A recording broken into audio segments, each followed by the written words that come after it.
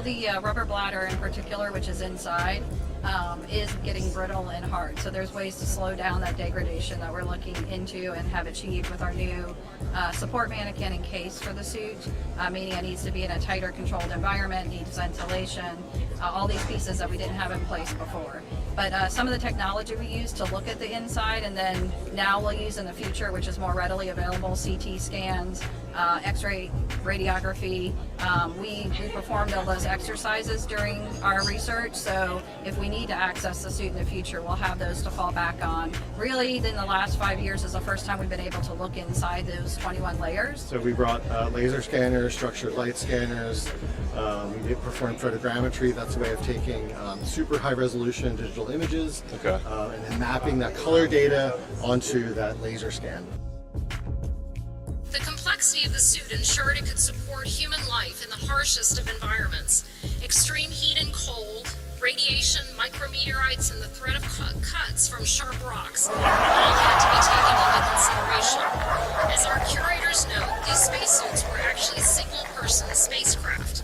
But while they were designed to endure the punishment of a lunar walk, they weren't designed to last half a century on display. It's definitely one way of conservation, just because God forbid something was ever to happen, you guys are able to recreate it to a degree here. Yeah, you know? I mean, nothing replaces the object, Of course. right? But yeah, having this incredible level of, high fidelity 3D capture.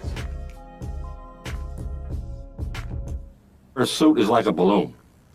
If you're going to have 3.5 psi inside it and vacuum outside it, then something has to keep all that air in.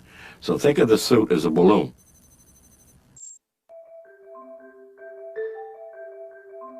The International Latex Corporation was best known for its Playtex bras and girdles.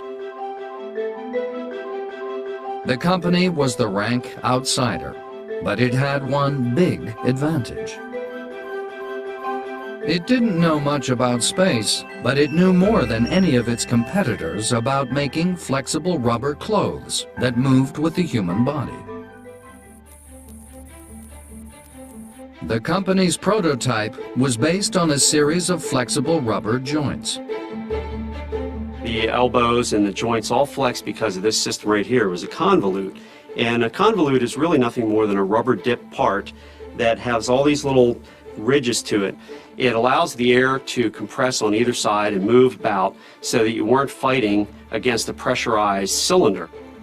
So where your elbow flexes and your knee flexes and your ankle flexes, this allows that to flex back and forth.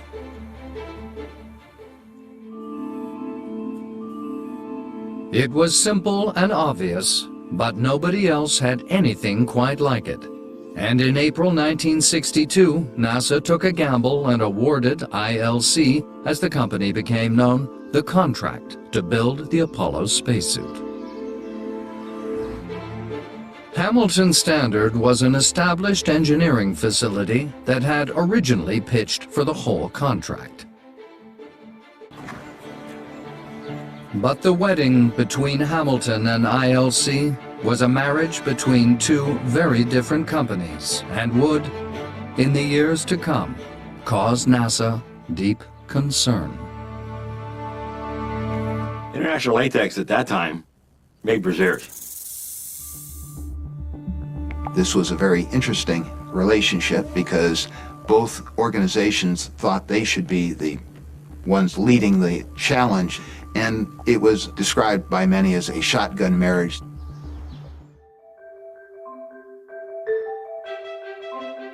At ILC, the first suits were turned from prototypes into production models. And then an engineer came to me and asked me if I would mind trying something else. And I said no. But I never thought in my wildest dreams that I would be making spacesuits.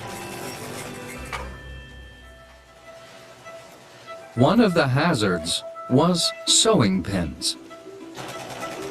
Even a single one left in a suit by mistake could cause a fatal accident in space.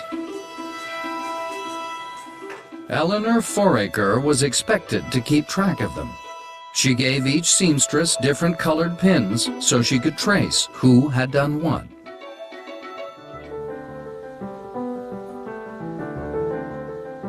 Meanwhile, at Hamilton Standard, engineers were facing a different set of challenges. Their job, as well as supervising the contract, was to build the life support system, the backpack that provided the astronaut with oxygen and kept the spacesuit pressurized at a comfortable temperature. One of the challenges was to provide the maximum oxygen for the minimum weight. To do this, Ball used what's known as a rebreathing system. Hamilton's system removed the carbon dioxide from the exhaled oxygen by passing it through lithium hydroxide. It meant the same oxygen could be used over and over again. It was at least 20% more efficient than a traditional aqualung. Hamilton, in its capacity as environmental control experts, was also responsible for what was delicately referred to as waste management. Don Rethke became known as Dr. Flush for his ingenuity in dealing with the issue. There was no bathroom, as you and I know. There was no cosmic commode.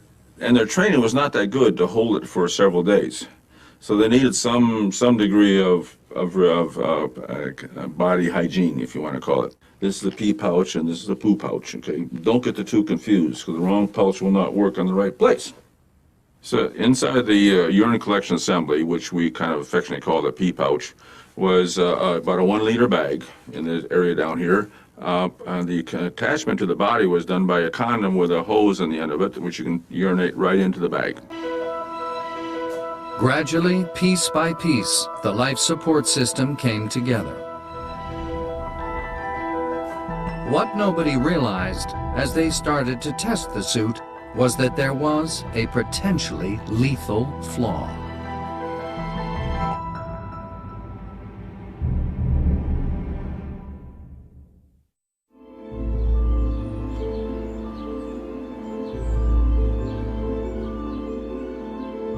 In 1963, as NASA put the Apollo spacesuit through its paces, they discovered they had a problem.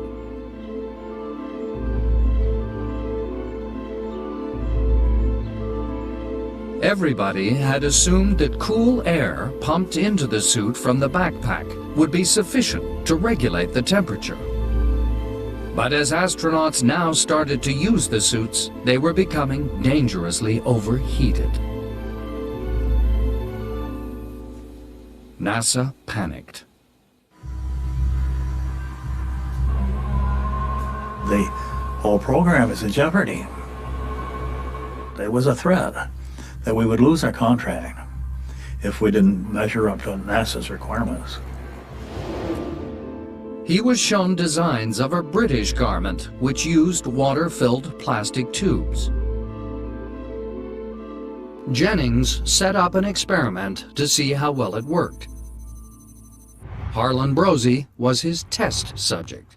We wrapped his arms and legs in PVC tubing. We then put a sweatsuit across my body. Then, in addition, to make sure that we didn't evaporate anything off of the sweatsuit, we put a plastic suit over me. Plastic boots, plastic gloves, plastic all over, so that no water could possibly get away from the body. Including my head, I believe, was covered with a plastic bonnet. The idea was to ensure that none of Brosey's body heat could escape. Then the PVC tubes were hooked up to a bucket of iced water. Well, when they turned on the cooling, it was just like jumping into Lake Superior. Man alive, was that cold. And then the treadmill wasn't running yet. I said, turn on the treadmill. Let's get warmed up a little bit. And the treadmill was slanted at different elevations to make him produce the kind of effort he would if he was climbing a steep hill and walking fast, doing a great deal of exercise. The cooling effect was very comfortable. I don't recall cold spots or hot spots. The system worked well, and NASA charged Hamilton with building a water-cooled undergarment. The cool water flowed into the connector and through the tubing to be circulated around the user's body. There were hundreds of feet of fine tubing running over the entire body. Hamilton's system would become the standard method of keeping astronauts cool in space. That was very good.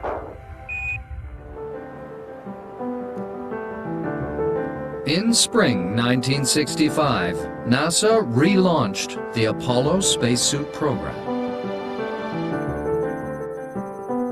For some years, it had been hedging its bets and also investigating so-called hard suits. Many were like medieval suits of armor.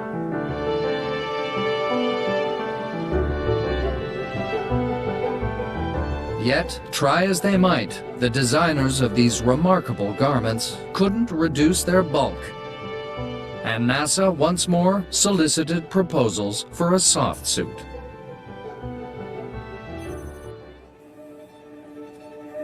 ILC, free at last to follow its instincts as a clothing manufacturer, came up with a new, flexible, and close-fitting suit that was better than any of the competition.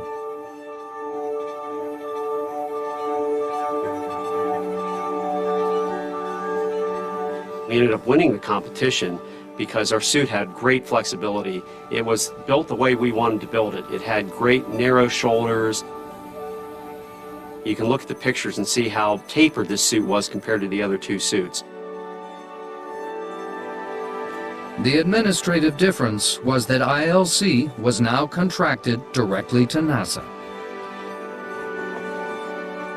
Hamilton was awarded a separate contract to continue building the life support system. The two companies were equals, and NASA would keep the peace between them. The suit now consisted of 3 separate garments. The water-cooled layer,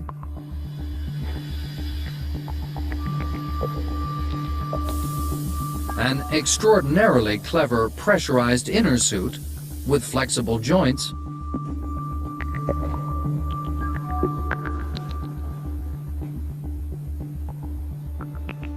and a white outer garment finished in a toughened nylon fabric that provided protection from the extremes of temperature in space. These can vary from minus 300 degrees Fahrenheit in the shade to plus 300 degrees in direct sunlight.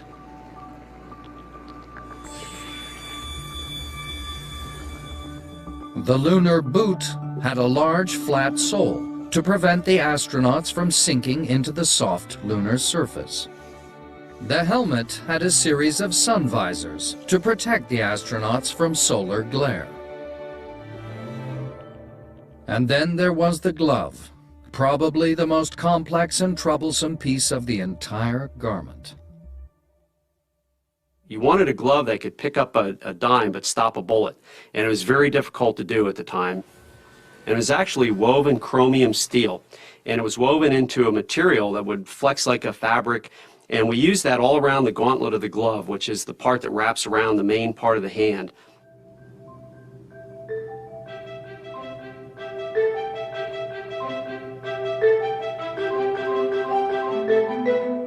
As the suits rolled off the production line, they were exhaustively tested. The company's guinea pig was Tom Sylvester.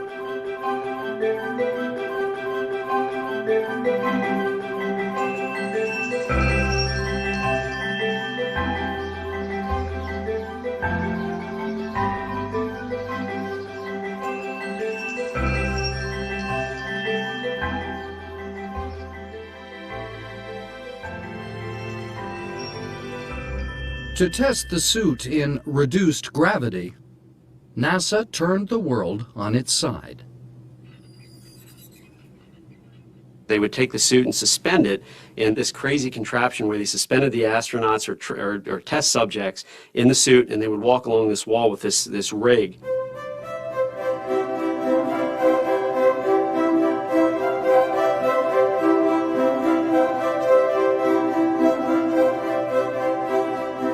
Dave Jennings tried it out. I had free use of my legs, both legs, independently. I could jump and bounce around, and just like the pictures of the actual astronauts on the actual moon, which is something I'd always wanted to be able to do.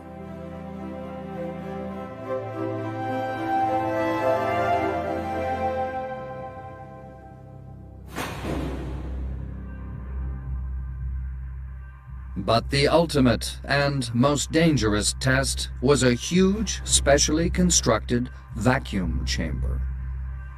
They were able to pull all the air out to create a big vacuum, just like it would be on the moon. That way we could test our suits to make sure there was no leakage. Jim LeBlanc was the test subject in the vacuum chamber. Cliff Hess, the supervising engineer outside. Jim, while you're exercising, I'd like you to stay intermediate all the time, okay? I'm pretty cool right now. Okay, well, you'll warm up here in a minute, so let's stay right here if you can stand it. The testing started just normally, like they all do. And Jim was at a vacuum in the spacesuit.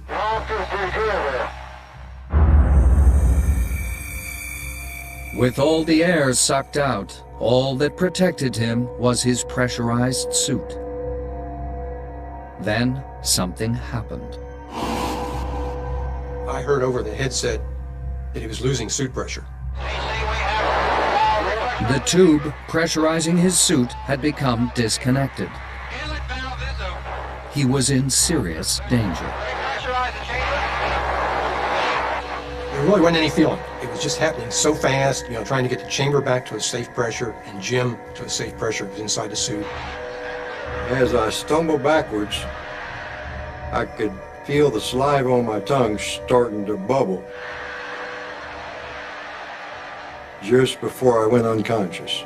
And that's kind of the last thing I remember. Essentially, he had no pressure on the outside of his body, and that's a very unusual case to get, and there's very little in the medical literature as to what happens when you have that. There's a lot of conjecture, that your fluids will boil.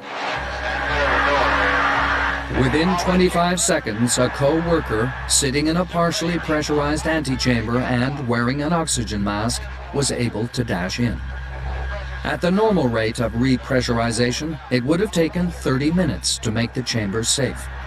Hess repressurized it in just over a minute.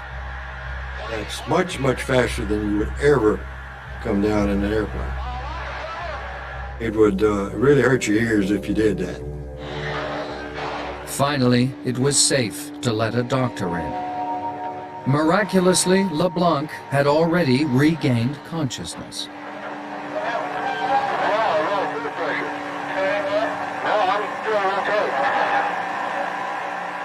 When I stood up in the chamber, I felt fine.